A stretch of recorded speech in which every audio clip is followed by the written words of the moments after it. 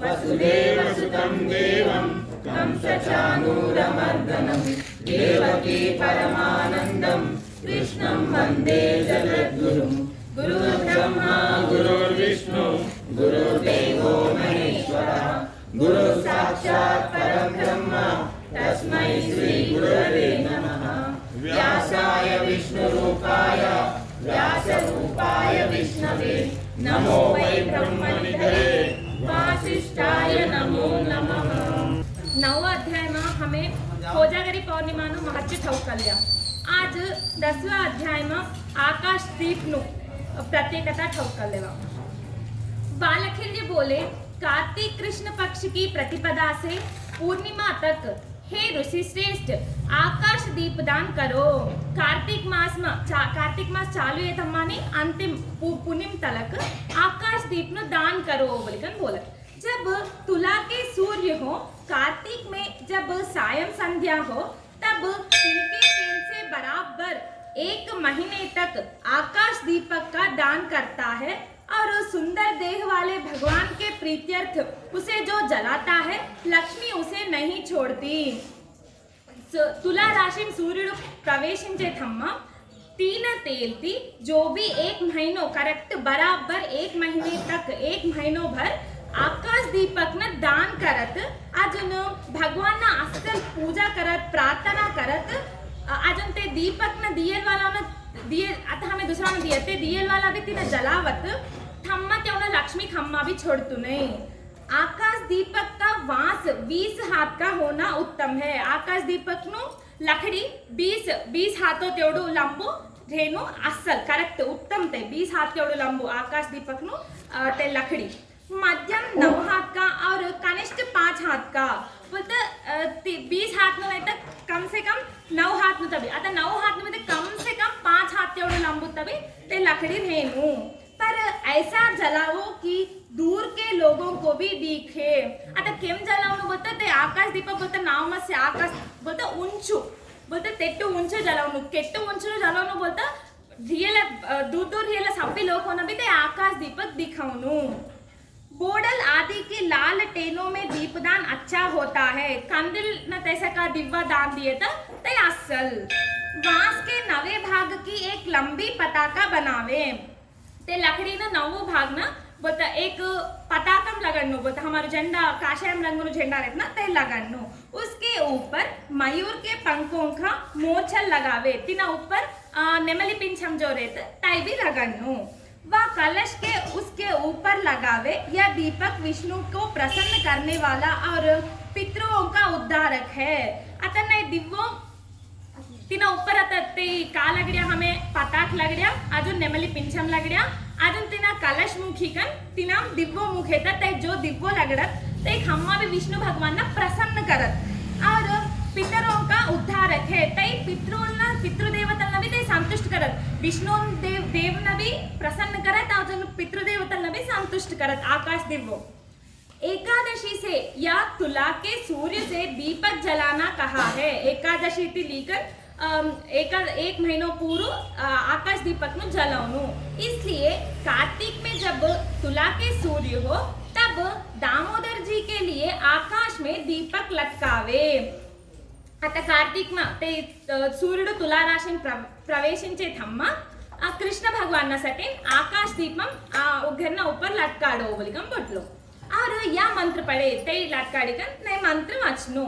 हे अनंत भगवान आपको नमस्कार है. हे भगवान तुम हमारे नमस्कार. यह दीपक तुम्हारे कारण अर्पण करता हूँ. नहीं तारा सकना दिव्यों में अर्पण कर लो. आकाश दिए के समान पितरों को उद्धार करने वाला अन्य कोई नहीं है. आकाश दीपक न डकती पितृदेवतलना संतुष्ट कराना दूसरं कोणतं नहीं से. आकाश दीपक पितृदेवतलना उद्धार करत. इस विषय में एक पुरानी कथा कहूंगा. आता उद्धार करत ना तीनों एक कहानी बोलत बोला बोल. एक समय विंध्याचल में एक हेलिक नाम तपस्वी ब्राह्मण रहता था. विंध्याचल में हेलिक बोले का नाम एक ब्राह्मण रहते गयो. वह वेद शास्त्र पढ़ा हुआ और ज्ञान विज्ञान युक्त था. त्यो असल वेदों मछलियों शास्त्रों मछलियों मस्त ज्ञानी हो. तो उसके दो पुत्र हुए, चित्रभानु और मनोजव। तीन दी बेटा, एक नाव चित्रभानु, अजन एक बेटा नाव मनोजव। वे दोनों वेद पाठ करते और धर्म में तत्पर थे। ते भी वेद पाठाल सभी सिखलेत बाप भी वेद ज्ञानी काबट्टी त्यों भी वेदाल ज्ञान देते असल ते धर्म न मार्ग में चलता रहते। परंतु दैव योग से उन दोनों को जुए की धत पड़ गई। अतः काही खाने की गनी क्यों ना जुआ खेलानो आदत पड़ जाते। जुआ खेलनो तेट्टू धर्म ज्ञान सिखले वाला ना काका नहीं खाने की जुआ खेलनो यही आदत ही जाते। उस धत से उन्होंने पिता का धन नाश कर दिया। अतः जुआ खेलना हुआ तो काता भी एक दांव पर लगाना पड़ा। जब खेलता खेलता थे क्यों पिस्सू लग जाता था जुआ खेलनो। अतः खेलता खेलता पूरा जो भी क्यों तंड्री कमायो पिता कमायो पूरा दाना लगाता है पूरा क्यों धन पूरा नाश कर लेते। और वे दोनों जवान थे असल जवान होता इसलिए उन्हें परस्त्री गमन का भी व्यसन लग गया। अतः क्यों ना जवान रहना थी स्त्री व्यामोहम भी क्यों न थे। बेचारे गरीबों को द्यूत और वेश्या कहाँ मिल सकती हैं। अतः पूरो धन पूरो जुआम लगट्टा गया पूरा गरीबी गया। अतः बेचारा गरीबों ना जुआ खेलू बोलता का लगड़ते दाव पर का बने से जुआ खेले सकलाने। अजून स्त्री ना झलेवा के बोलता वेश्या पैसा नहीं तभी खानती आवत वेश्या भी होते ने के बोलते बोटलो। इसलिए उन दोनों ने चोरी करने का निश्चय किया। तीन सेकंड ते का कर ले बोलता अतः हमारे करता जुआ खेला बोलता भी पैसा नहीं से असल का करा बोलता हमारे कर पैसा नहीं से तो हमें का करा अतः गई कर चटपन करा बोलकर कहले और वहां चोरी करने लगे तो चोरी करना शुरू करता गया। फिर जब लोगों ने इन दोनों को जान लिया तो लोगों तीन धल ले चोरी करता करता मिल जाते लोग को धल लेते ना। फिर वे उस देश को छोड़कर गहरे वन में चले गए। अतः लोग को देखता मैं धल लेता मैं खानती हटे गई का ना असल वन में चले आते और सब धर्म से रहित होकर शिकार करके अपना जीवन बिताने लगे। अतः सब भी धर्म छोड़ता है अतः केम भी वन में चला गया असल तिकरे शिकार करता तीनों जीवन पूरा बितानु चालू करता गया। ते असल शिकार में वनम में थे चालू करता गया। काम बोलता था इतना गरीबी गया चोरी करता मिल गया आता त्यों गाँव में तो गए सकता नहीं तेनो तो असल रियल वन मत असल फिरनो चालू करता है। प्रातः काल स्नान करके वे दोनों एक धर्म पर स्थिर हो गए। अतः सकापाना नहीं लेता मैं दिया ना एक भाई दी भाई मेरे एक गोट पर रहता आज का करा एक करेक्ट गोट का लिया बोलते ते गोट पर थे। उस वन में एक भिल्लों का राजा जिलजिल्लक रहता था। ते वनो भिल्लों का बोलते भिल्लो का एक जंगली जाति जो नो राजा जिलजिल्लक रहता था। ते ना एक राजा जिलजिल्लक का वानो नाम नो राजा ते जंगल में रोत गयो। उसकी कन्या का नाम नानानी था। तीन बेटी नाव कसेगी नानानी और वह सुंदरता की एक अनोखी खान थी।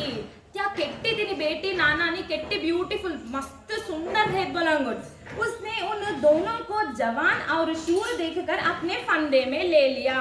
क्या नानानी यो ना दीपो ना देखा ये दिया ना जवान से केट्टा शूर से बोलेकर क्यों ना फंसता गया तीन जाल में फंसता गया और उसने अपने पिता का सब धन उनको दे दिया।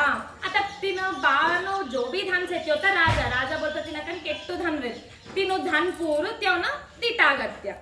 परंतु उसने एक धर्म किया कि पिता के लिए आकाश दीपक जलाया। अतः तीनों बा मर जाता मैं त्यों दीपो ना फसता है त्यों दीपो ना पूर्व धन दिटागत त्यों ना। अतः कने त्या एक असल काम का करत की तिना पितान सटेन त्या आकाश दीपक जलावन एक असल काम करत तिना पिता सटेन त्या आकाश दीपक जलावत। एक दिन नानानी ने दोनों भाइयों से विनती की कि आज मेरे पिता का श्राद्ध है। तो दी भाइयों ना बोलत कि देखो आज हमारा पिता नु श्राद्ध से सो आज किसी को लूटना नहीं। तीना सटेन आज हमारे पिता नु श्राद्ध से काबट्टी कोन्ना भी हमें लूटनुन्ना हाँ भी दొంగతనం करनुन्ना।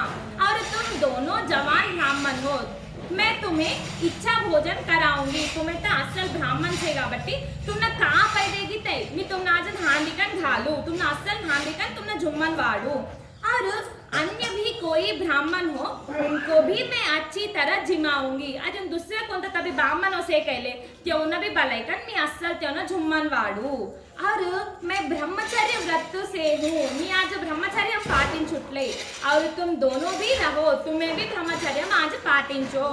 उसने उनसे कहा कि मेरे साथ आज समागम मत करना आज बारा नजीक तुम्हें आओ नको बोलकर बोला। फिर उसने अनेक तरह का मांस शाक पाक चाहिए. आता त्या जो भी नंदन से जो भी त्यानं इच्छापूर्वक खवाडू बोली काबट्टी त्यानं का पाहिजे की ते अस्सन हांदिकन रेडी मुखत उन दोनों ने मन माना खाया इष्ट मानन त पेट भरी खाते अस्सन त्यानं पसंद करिकन दियल से काबट्टी. और छोटे भाई ने बहुत ही खाया. आता अस्सल लागले बोलकर हन्नो भाई तो ओ खाईटा था फुल खाईटा करत्यो. सो उसे शीघ्र अजीर्ण हो गया. आता केट्टू खाया बोलते तिने ते जीर्ण होत नाही तेट्टू गनम खात्यो. फिर वह मनोज उसी वन में मर गया. ते अजीर्ण कारण त्यो केट्टू पेट एवढं फुगे त्याला खात ते अजीर्ण होता मग ते वन मध्ये मरीच जात होता तेट्टू अजीर्ण तेट्टू खाईटा खात्यो. यम के दूत उसे कुटी से यमपुरी को ले गए. आता यमना दूत आई जात तिना घर मंती यमपुरी लेकर जात. और चित्रगुप्त उसे देखकर दूतों से यह बात कहने लगे कि इस पापी को अंधमित्र नाम नरक में ले जाओ. क्या बोला चित्रगुप्त तिना बालिका नव्हता मग आता देखा चित्रगुप्त ये असल ये पापी लिखन गए अंधमित्र नरक में घलता. अंधमित्र बोलते पूरा अंधकार में रहता था लिखन गए घलटा हो लिखन बोला ले जाओ. और फिर इसका सिर फोड़कर कुंभी पाक में छोड़ दो. इन हाथों फोड़ता है कुंभी पाक बोलता गरम गरम तेल में ना घलटा हो के कम बोला. फिर उसे कुंभी पाक में छोड़ा. सो उसमें तो वह पाप से नहीं छूटा. कुंभी पाक में घले तभी तीनों पाप जात में. परंतु जब अंधमिश्रा में फेंका तो वहां खुश मिजाजी सा मालूम पड़ा. आता गरम गरम तेल में घाले तभी तिने काही नाही काही अंधकार ना रूम में घलता है तभी तो असल खुशी थी आनंद ती रहता नरक में भी. दूतों ने आश्चर्ययुक्त होकर यह बात धर्मराज से कहा. था दूतों पूरा अरे इन गरम गरम तेल में का भी होटले नहीं तेवढा रूम में ढकलता या था भी का भी होटले नहीं बोलकर ते परेशान है. एक धर्मराज नजीक दौड़त. दूत बोले हमने मनोजव को बड़े तपे हुए कुंभी पाक में भी फेंका परंतु उसे पीड़ा नहीं होती. हमें तक ये लिखन गरम गरम तेल में खा लिया तभी तिने का भी थोटले ने. वह उसमें ऐसे आनंद से नाता है जैसे मनुष्य जल में नाता हो. गरम गरम तेल में त्यो मनुष्य पानी नदी में स्विम करे नहीं बता ईटा मारे नहीं आराम थी जल में त्यो केट्टो असं नाईलेट लो बोलता गरम गरम तेल में गरम पानी थी नाईलेट लो गरम तेल का बोली कम बोलत. यम ने कहा उसमें से शीघ्र मनोजव को ले आओ उसका थोड़ा पुण्य है. तिने जल्दी बालिका ना हो तिने थोड़ा पुण्य बाकी से तेगुना तिने का भी होटले नहीं बोलत. धर्मराज की आज्ञा से वे दूत उसे बांधकर धर्मराज के पास ले आए. अब धर्मराज बोले नकती तिने गोटती तिने भंटा एकन बालिका नावत आया. और फिर वह धर्मराज ने उसे देखकर दूतों को आज्ञा दी कि सदा ज्ञानी होने से इस कुंभी पाक में पीड़ा नहीं होती. तर का बोलत ते धर्मराज यो खम्मा भी ज्ञानी होतो तिना बात यो असल ज्ञान गीता सभी सिकाडी का नत मारियो कारण ये तिना असल यूटिलाइज करल्यान तिना जो भी ज्ञान से तिना असल आचार में असल विचार में घाल्या ने तिना इष्टमाय ने जुवा खेली कन स्त्री व्यामोह में गई कन तेनो कर्म पूरा गलीज कर लेते हाथों ते तेज गलीज कर लिया. तिना खम्मा तेनो बात सिकाडे लो ज्ञान होतो त्यो ज्ञानी होना थी तिना गरम गरम तेल में भी का भी ने तिना ज्ञान ना कारण थी पीड़ा नहीं होती. गरम गरम तेल में भी तिना ज्ञान थे का भी हिने. और नानानी ने जो पिता के कारण सुंदर आकाश दीपक चढ़ाया था वह उसके हाथ से नहीं गिरा. उसका 20वें अंश का फल इसे भी मिला.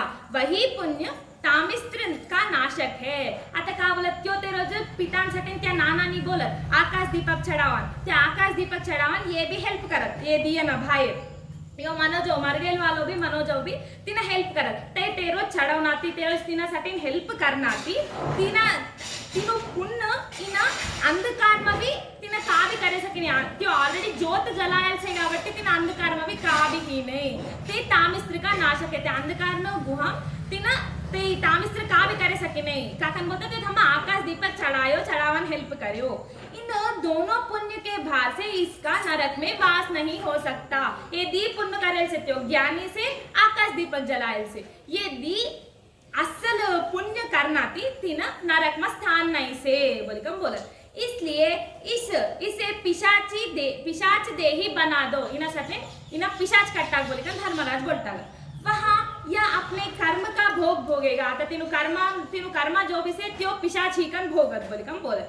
फिर यह पिशाच होकर उसी पीपल पर ग्राहादिकों को दिए हुए बलि को खाकर वहां रहने लगा. आता पीपल न जाने हेते यो पिशाच ही जो भी बलि देते ते बलि दिए यो खातो था पिशाच ही पीपल न हेते फिर तो रहते. एक समय कृष्ण पक्ष की 14 के दिन जब संध्या काल आया और वह नानानी पिता के लिए दीपदान करने को आई. आता एक रोज कृष्ण पक्षना 14 रोज त्या नानानी पितांसाठी दीपदान करानं थांबत बोला. उस समय नानानी का पति तो कहीं शिकार खेलने चला गया. आता नानानी नो पति कसे की तिने छोड़ी का ना तू दीपदान कर ले बोली का, क्यों कसे असल जंगल में शिकार करने चले जाते. और वह स्नान कर स्वच्छ सुंदर वस्त्र और किस्म के आभूषण पहनकर दीपदान के लिए गई. त्या आता फायलेच सुंदर आहेत. आता त्या अस्सल त्या राजाने बेटी కాబట్టి ఆభరణాలు ఆభూషణాలు अस्सल गल्ली का नव्वू बट्टो पेल्ली का अस्सल तैयारी का ना हाँ दीपदान करान जात. तभी उस पर राक्षस चढ़ बैठा. यो हमारा पिशाच से ना क्यों तिना ऊपर आता त्या दीपदान कराना होता मग तिना ऊपर की ना धाली का 22 का. जिस किसी का पूर्व जन्म का नाता गोता होता है भूत उसे ही पकड़ते हैं, दूसरों को कभी नहीं पकड़ते. आता पूर्व जन्म में तेवना ते संबंध येतात. एक माणूस ते आता संबंध येतात ते पिशाच तेवना धरत. तेवना ते संबंध नाही से केले ते पिशाच खम्मा भी धरतो नाही. आता तुम्हाला ते कोणते संबंध येतं एक पिशाच ना खम्मा त्या ऊपर चढत नाही तर दुसऱ्या टाइमवर दुसरा माणूस ना ते पिशाच सोडतो नाही. जब इना संबंध से ना मनोजाव तो इना लगीन कर ले ते दिए ना ए मनोजाव अजून दुसरं इना लगीन कर लेत बोलांगो. लगीन कर लेते येवना ते संबंध से काबट्टी इना धरलेत पिशाच ऐकत. जब ही भूत ने उस तरुण स्त्री को पकड़ा तब ही वह क्षण भर में नंगी बन गई. आता ते पिशाच धरला का मग त्या पट्टा पूरा खट्टा करती ना और अपने भूषण आदि उतार कर फेंक दिए. आता तिना आभरणा त्या जो भी असल तयारी करना त्या आभरणा भी खाड़ी कर ताई देत. कभी हंसे थम्मत हंसत, कभी रोवे थम्मत लड़त, कभी गीत गावे थम्मा गाना गायत. अब कभी अपना शरीर कूटे थम्मा शरीर में गिचले नु कतल लेनु काय की करत. कभी नाचे थम्मा डांस करत. फिर क्षण भर में दांतों को चबावे बोलकर करत आता. पिशाच से मत करत ना बोलकर करत बोलांगो. सब भिल्ल और भिल्लनी और उसके दासी भाई बेटे सब आ गए और हजारे मनुष्य जुड़ गया. तो काहोटले अरे इनका काहोटले एम का कटले बोलिकन गांव ना लोगों सब ना जमा होत. कोई कहने लगे इसे वायु पीड़ा हो गई. थोड़े ना बोलत की ना कौन की हवा लागी. कोई कहने लगे इस पर पिशाच है. थोड़े ना बोलत की इना ऊपर पिशाच आई गेल से. कोई कहे डाकिनी शाकिनी है. थोड़े ना बोलत कि ना ऊपर शाकिनी डाकिनी आएंगे ते उन क्या नेम काटले बोलत. कोई कहे इस पर किसी ने मूठ फेंकी है. थोड़े ना बोलत कि ना ऊपर कौन की जादू करे बोले कम बोलत. कोई कहे इस पर यक्ष देव दानव है. कोई कहे इसने धतुरा खा लिया. थोड़े ना बोलत कि इना ऊपर कौन की यक्ष दानव कौन की इना ऊपर पड़ा. अजून कोण तरी बोलत की इना ये दातुरानु फूल खाई टाकी बोले कम बोलत. उम्मे तपू बोलत तेलगु दातुरानु फूल खाई टावे तरी तेमत पिसा करत ना तेवना त्या दातुरानु फूल खाई होसिन तेवना तेम काटले बोले कम बोलत. और कितने ही लोग कहने लगे इसे किसी दुष्ट जीव ने काट खाया है. थोड़े ना बोलत की ना कोणतं की दुष्ट जीव आहे का तिना खावन बैसी. कोई कहे इसे पकड़ कर बांध लो. आता थोड़े ना बोलत की यार हे पिसू कटले इना लिखन एकम पहले भंटा गो बोलत. कोई कहे इसे धूप दो. थोड़े ना बोलत की ऊपर जरा धुआं देवो बोलत. थोड़े ना बोलत की और दिया चढ़ाओ तिना जरा दिव्वो लगड़ो तिना सोमवार के कम बोलत. कोई उसे झाड़ा फूकी करते हैं. आता थोड़े ना जादू मंत्र उफ्फू बोलकन फुक्का नो रहत ना. थोड़े ना तेम फुक्कत बोलांगो जानो इना ऊपर ये लो पिशाच जानो बोलकन फुक्कत. और दवाई भी खिलाते. आता थोड़े ना आता डॉक्टर लोग कसे की अरे इना काई की बोलकन तिना जरा मांदू भी देत खावानो दवाई भी देत. इस अवसर में उसका पति चित्रभानु आ गया. आता नेम काटतो तो शिकार में जात नवरो छोड़ीकर. आता येटा लोको का करना या मा नवरीतन हासे बोलकन ते चित्रभानु दौड़ता होत. कहां से मा नवरी का अरे मा नवरी नेमके में बोलकन ते परेशान हो जात. उसने मंत्र जानने वालों को बुलाया और बहुत से उपाय किए. आता त्यो मा नवरी नेमके में गई बोली का ना. आता थोडे ना मंत्राल ठाऊक क्रियेलवाला रेत ना जादूवाला ते जवाडान भूत कोणतं त्याच्याकडे तर जवाडणारा रेत त्यो ना बालिका नावात अजून केट्टगी उपाय करत त्यो. आता नाही पिशाच जानू मा नवरी पापू असल होनू बोलिकन केट्टगी त्याला ना उपाय करत. उसने किसी को मारा, किसी से कभी जानने के लिए कहा, किसी को बहुत सा डराया, कभी उल्टा कहने लगती है. आता त्या कसे की थोडं ना आयल वना ना रपा रप मारत. आता तू चले जा तू ना ते निकल बोलिकन दुसरा थोड्या ना बोलत. अजून थोड्या ना मस्त धकाडत केट्टो एम धकाडत त्या. आता कोणतं तरी बोल्या खाली तिने उलट बोलत आता त्या. कभी कहती है कि मैं नहीं जाऊंगी, बलिदान लेकर ही जाऊंगी, आता तू जा का नहीं, निकल निकल नंती कहन बोली कन त्याता म्हटले आता तिनं भी तू निकल, कोणते पिशाच से तू निकल काय कन बोलता मी जाती नहीं, कोणतं ते एकलानु बलि ली कनच जाऊ बोली कन बोलत। कभी रस्सी के बांधने से अधिक मूर्छित होकर बैठ जाती है, कभी उलूखल को तोड़ती है, कभी घर को गिराती है, त्या पूरा बिसी काम करते ना, भंटालू नहीं खट्टा घर न ताई काय भी करत क्या।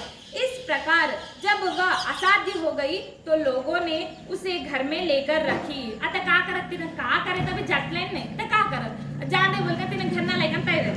एक समय उस मार्ग से बहुत से केरले मनुष्य भादों के महीने में पंचगंगा जल लेकर केरलेश्वर चढ़ाने लिए जाते थे। सो वे उस घर में ठहरे। आता एक रोज का होत बोलता केरला लोको पंचगंगा तीर्थ लीकन तेत मार्ग ती जाता खम्मा आता एक जगह आता थम्मा तो चलता जाता गया जाता गया बट जाता जाता कोणतं ते घर दिखे था कथा भी दिखे था गई तन रुकता गया। आता ये का करत ते केरला नु ते केरला ते आवता पंचगंगा नदी लीकन उठला ते पंचगंगा नदी नु पानी लीकन उठला आवता योना घर में या रियल घर में ते ठहरत बोला गोट। सो उसे उस घर में ठहरे थे, घर में रहते। उसमें से किसी पंडित ने रात्रि को पंचगंगा का स्तोत्र, राम रक्षा और विष्णु पंजर आदि का पाठ किया। ते सपना पंडितुल रे ते पानी लीकर ते आता रात होता मैं रात्रि नो आता पूजा कर लेतना, रात्रि नो पूजा करान सकिन त्यो पंचगंगा स्तोत्र आदि राम रक्षा स्तोत्र विष्णु पंजर ये सब भी तीनों त्यो श्लोक पूर्व वाचता था, प्रार्थना करतो रात न। उसे सुनकर वह पिशाच अपने मन में बड़ा सुखी हुआ। ते ऐकतामा आता शांत ही जात ते पिसु करतुगे ना नहीं कतरतुगे त्योनो मरतुगे ते सभी करी ना खने स्तोत्र झम्मा है कि तिनो मनसु पिशाच नु मनस पूर्ण प्रशांत ही जात और बंधन आदि को तोड़कर और उस चेष्टा को छोड़ दी एवं वह स्त्री भी अच्छी हो गई। आता तिनु भंटायलु की तम तोट्टाय कन त्या पूर्ण पिसु करान काम छोट्टाय कन आता ते पूरा अस्सली जात बोला पिसु करनो बंद कटकन सभी भंटा 1 किलो खटकन अस्सली जात एवं वह स्त्री भी अच्छी हो गई, हमारे नाना ने भी जरा अस्सली जात। फिर उस भक्त ने शयन के लिए बिस्तारा बिछाया और स्थान शुद्धि के लिए उस यात्री ने वहां पंचगंगा का जल छिड़का। आता सूर्यवान टाइम ग्यारे ने कोणतु घरचे काने की जरा इन शुद्ध करीकन हंत्रो घल्लेवा बोलिकन त्यो का करत बोलता हंत्रो घल्लेवान सोबत आसल इन जरा शुद्ध कराये जागन बोलिकन त्यो पंचगंगा नदी ती जरा नेम चित्रत बोलांगो नेम सूर्यवान जरा चित्रिकन जरा नेम छितरतामा हे गरुड़ छिड़कते समय उस भूत के सिर पर भी इधर उधर बूंदे पड़ी और बिंदुओं के स्पर्श मात्र से उसे ज्ञान हो गया। आता ते छिड़के तम्मा तिना ऊपर एक बिंदु पड़त एम थोड़ा बिंदु तिना पर पड़ता मा आता ते पूर्ण तिनु ज्ञान पूर्ण तिना वापस आई जात। त्यो ज्ञानी होता ना मनोजो तिनु ज्ञान पूर्ण तिना वापस आई जात और सुंदर वचन बोले। आता त्यो मनोजो ऐकन ते पिशाच न रूप मध्ये मनोजो बोलत की आप कहाँ से आए हो, असल तुम्हें खनते आया, यह जल कहाँ का है, ने पानी कहाँ नु, क्या यह ज्ञान का जल है, ने कौन तभी ज्ञान देवानु जल की, मुझे थोड़ा सा आचमन लिए दो, थोड़ा मना आचमन जरा तीरथ देवो में जरा पियू ते तेट्टो असल जल से कि मारो ज्ञानत मना वापस आई गई बोलत। फिर उस कृपालु ब्राह्मण ने पंचगंगा का पवित्र जल दिया। आता त्यो कसेगी तिने पंचगंगा नु पवित्र गंगा जरा तीरथ नड़क दिए तो त्यो पिया। उसके पीते ही छिन भर में उसकी निर्मल बुद्धि हो गई। आता तीनु बुद्धि भी आता पिशाच नु बुद्धि के हमने दूसरा न धक्का नो सतान रे ते बुद्धि एक न असल निर्मल प्रशांत बुद्धि ती ना आई जाते पीता मजम पियो तेम और पूर्व जन्म की तथा यमलोक में जाने की याद आई। आता तिना याद आवत त्यो यमलोक ती दायो ना तिना ते छितरता मत तिना याद आया अरे मी यमलोक न जावान से मी यमलोक तिन हाँ आयो पिशाच बनत आयो मना वो यमधर्मराज बोलिकन तिना सब भी याद आवत और उसने जाकर भाई के दोनों चरण पकड़ लिए और रोने लगा। आता तिना नाना ने नौरो इनो भाई ना चित्रभानु ता आता तिनो भाई दिखता मा पोगो दलिकन आता लन्नु चालू करता और अपनी दशा कही तिनो परिस्थिति पूर्व बोल रे नेम मी यमलोक न गयो त मन नेम पिशाच बनता क्या बोलिकन तिना भाई पूर्व लड़तो धल्लिकन पोगो धल्लिकन बोलत और कहा कि इसका उपाय करो। अब मैंने कोणताही उपाय ढूंढ मन था नरक में पिशाच करिकन पिशाची जा बोलिकन मोकल दिया। इन्हें कोणताही उपाय से कि ये ब्राह्मणों ना आयल वाला ब्राह्मणों पंडितों जो भी से तो एकदम पूछ मी तारो भाई से बोलिकन बोले। उसके भाई ने सब यात्रियों से पूछा और वे बड़े आदर से बोलने लगे, काशी के तीर्थों की महिमा को तो वह ईश्वर जानता है। तब आयल वाला यात्रियों ने पूछा का करे था मारा भाई पाप मारा भाई तो पिशाची कम भाई मरी का करे था यो असल होते कन बोलता। तब बामनो बोलत कि काशी नु क्षेत्र नु महिमा अतते भगवान जाना तेट्टु महिमा गलत स्थलम बोलांगो काशी के हम बोलत कि जिसके जल के स्पर्श मात्र से पिशाच सात्विक रूप हो गया। तो का बोलता काशी केट्टु पवित्र क्षेत्र बोलते हंतिल आयल पंचगंगा नदी नो एक दिन बूंद ते पिशाच पर पड़े ते पिशाचत सात्विक रूप बोलता पिशाचत असली गई बोलता ते केवड़ू पवित्र पानी केवड़ू पवित्र प्लेस हो सिन ते कार्तिक काशी तेकन बोलिकम बोलत। राजा हमें एक गांव दे और हर वर्ष 100 आशर्फियां काशी से गंगा जल लेने को दे देता है।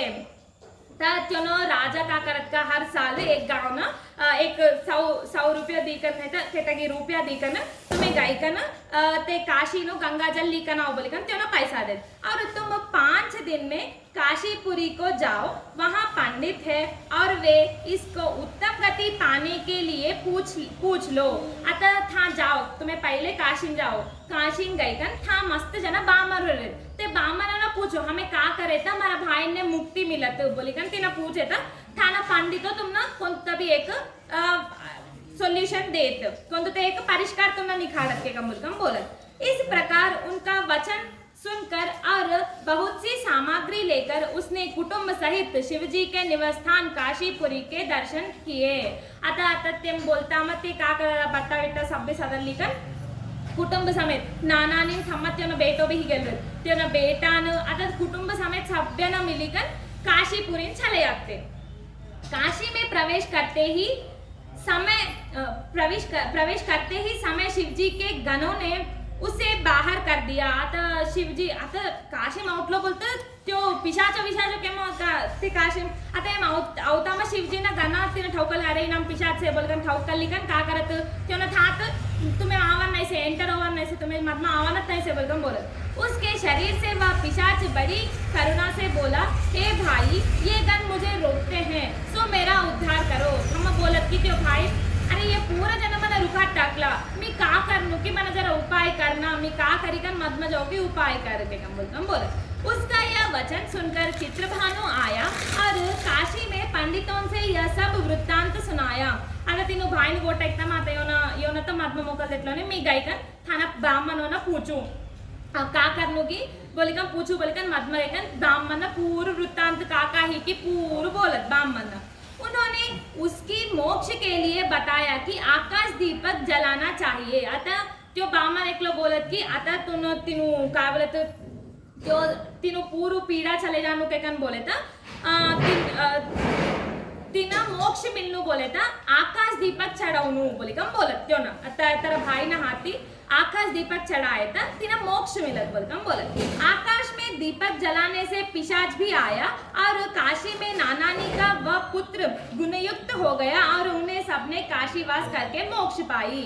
अतः सबने ना मिलकर आकाश दीपक चढ़ावत तीनों बेटो भी नानानी नो बेटो भी गुणयुक्त असल गुणवानी ही जात्यो और ये सभ्य ना काशी मत रहता था ना आया सभ्य जो ना असल ज्ञान मिल जाता काशी मत रहनु चालू करता अगर काशी ठीकन ते सभ्य ना मोक्ष न पावत। मरे हुए पितरों को प्रेतों को धर्म और विष्णु भगवान को नमस्कार है।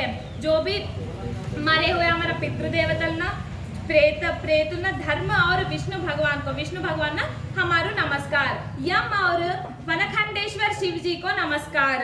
यमुना अर्जुन शिवुन्ना भी हमारा नमस्कार। इस मंत्र से जो मनुष्य पितरों को आकाश दीपक देते हैं वे नरक में जाकर भी निश्चय से उत्तम गति को पाते हैं। आत्मी जो बोले लो मंत्र से ते वाची कन आकाश दीपक कोणता भी चढ़ावत की पितृदेवतांसाठी आकाश दीपक कोणता भी चढ़ावत की ते नरक में गए तभी ते लोग आकाश दीपक चढ़ाए वाला लोग को नरक में गए तभी उत्तम गतिन पावत। असल ते नरक में ते कहता ही कि आकाश दीपक चढ़ाना थी कुंभी पाक में तेरे तभी कावे ने झालं तभी गाभी ने आकाश दीपक चढ़ाया था नरक में गए तभी उत्तम गति प्राप्त हो।